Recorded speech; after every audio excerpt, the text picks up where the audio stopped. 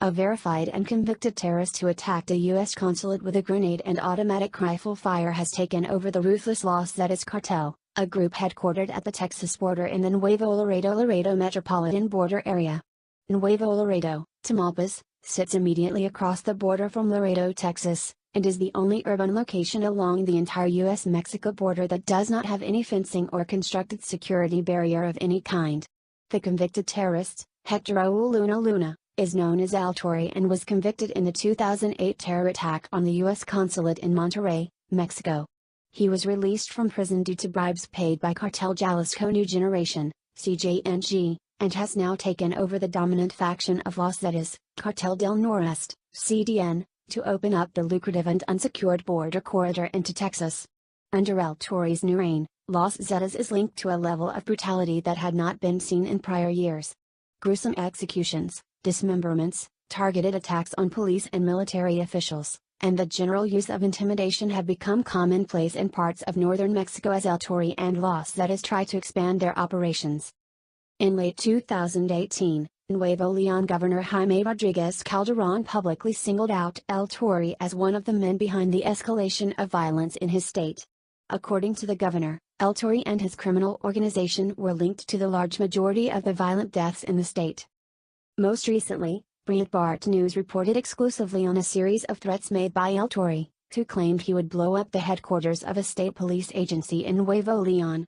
The threats were made through several narco banners that Los Zetas hung throughout the industrial city of Monterrey.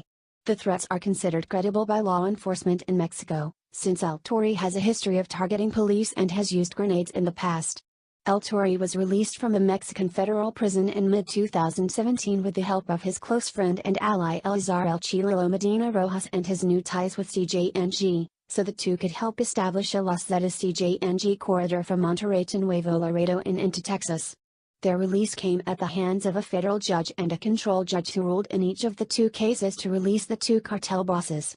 El Tori was serving a sentence of more than 20 years for the charges of crimes against public health, drug trafficking, engaging in organized criminal activities, and unlawful possession of restricted military weapons.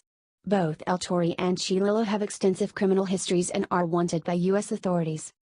Soon after their release, the two cartel bosses began to leave a trail of bodies behind them as they tried to solidify their positions within the CDN faction of Los Zetas and against the other cartels.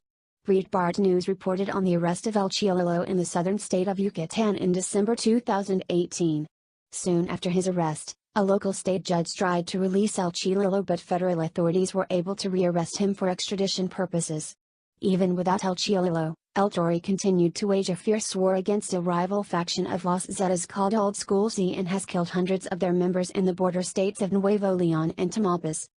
In 2008, the man known as El Tori led and participated in a grenade attack against the U.S. Consulate General in Monterrey. El Tori and his men fired several weapons at the U.S. building and threw an explosive device.